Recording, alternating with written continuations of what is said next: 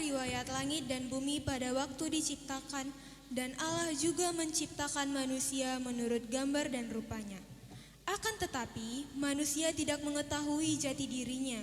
Manusia terus meninggikan dirinya dan hendak serupa dengan pribadi Allah yang menciptakan manusia.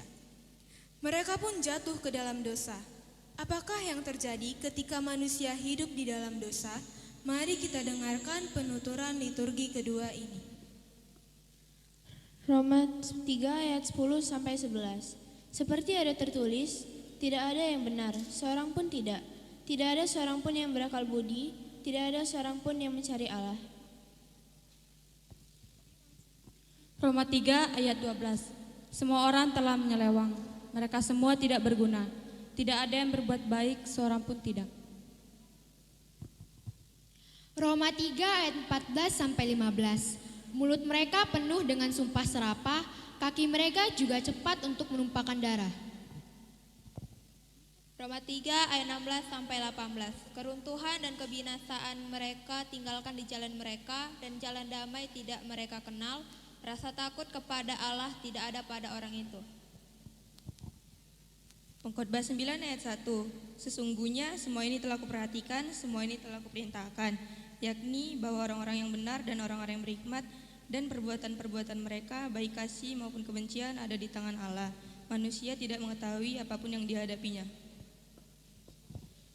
Pengkhotbah 9 ayat 2. Segala sesuatu sama bagi sekalian, nasib orang sama, baik orang yang benar maupun orang yang fasik, orang yang baik maupun orang yang jahat, orang yang tahir maupun orang yang najis, orang yang mempersembahkan korban maupun yang tidak mempersembahkan korban. Sebagaimana orang yang bersumpah, begitu pula orang yang takut untuk bersumpah. Pengkhotbah 9 ayat 3. Inilah yang celaka dalam segala sesuatu yang terjadi di bawah matahari. Nasib semua orang sama, hati anak-anak manusia pun penuh dengan kejahatan, dan kebebalan ada dalam hati mereka seumur hidup, dan kemudian mereka menuju alam orang mati.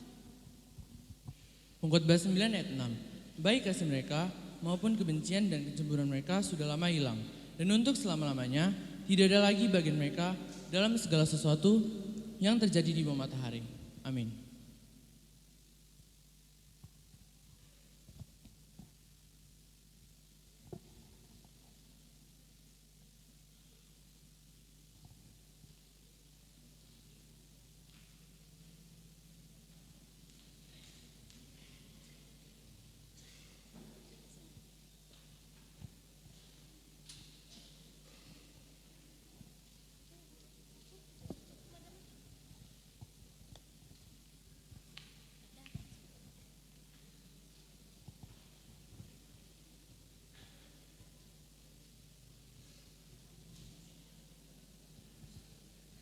Walaupun manusia itu telah jatuh ke dalam dosa, akan tetapi karena lebih besar kasih sayang Allah kepada manusia, Allah tidak membiarkan manusia jatuh ke dalam dosa selamanya.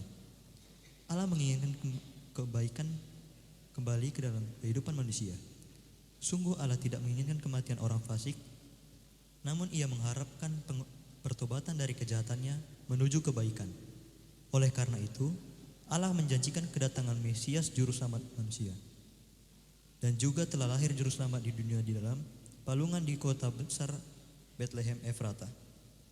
Allah telah menjadi manusia karena begitu besar kasih Allah akan dunia ini, sehingga Ia mengaruniakan anaknya yang tunggal, supaya kita terbebas dari balungan dosa dan juga berpengharapan yang teguh kepadanya. Mari kita dengarkan janji mengenai kedatangan juru selamat melalui liturgi ketiga ini. Yesaya 43 ayat 1b sampai 2. Janganlah takut, sebab aku telah menebus engkau, aku telah memanggil engkau dengan namamu, engkau ini kepunyaanku. Apabila engkau menyeberangi air, aku akan menyertai engkau.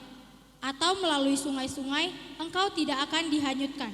Apabila engkau berjalan melalui api, engkau tidak akan dihanguskan, dan nyala api tidak akan membakar engkau. Yesaya 43 ayat 25. Akulah dia yang menghapus dosa pemberontakanmu oleh karena aku sendiri, dan aku tidak mengingat-ingat dosamu.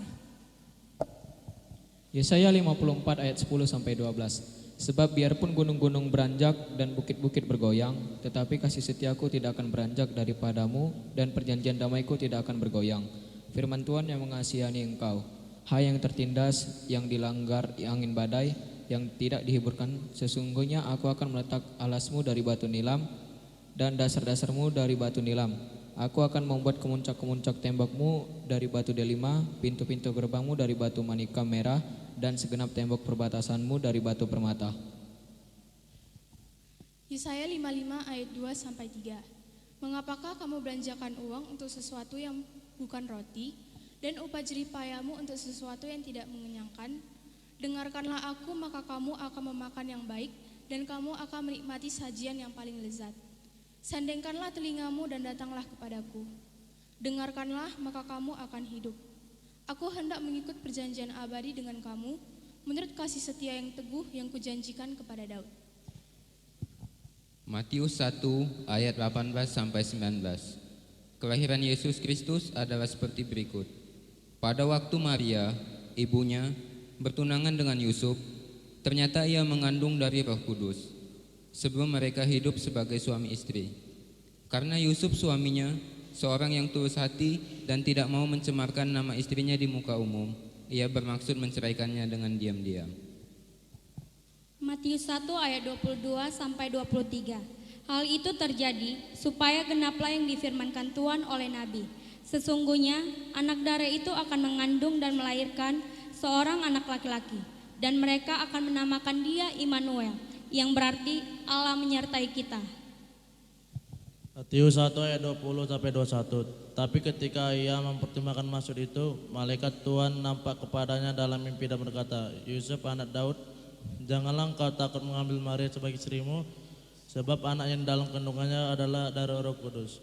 Ia akan melahirkan anak laki-laki dan engkau akan menamakan dia Yesus, karena dialah yang akan menyelamatkan umatnya dari dosa mereka.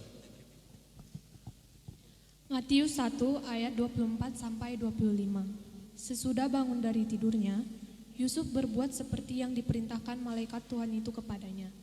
Ia mengambil Maria sebagai istrinya, tetapi tidak bersetubuh dengan dia, sampai ia melahirkan anaknya laki-laki, dan Yusuf menamakan dia Yesus.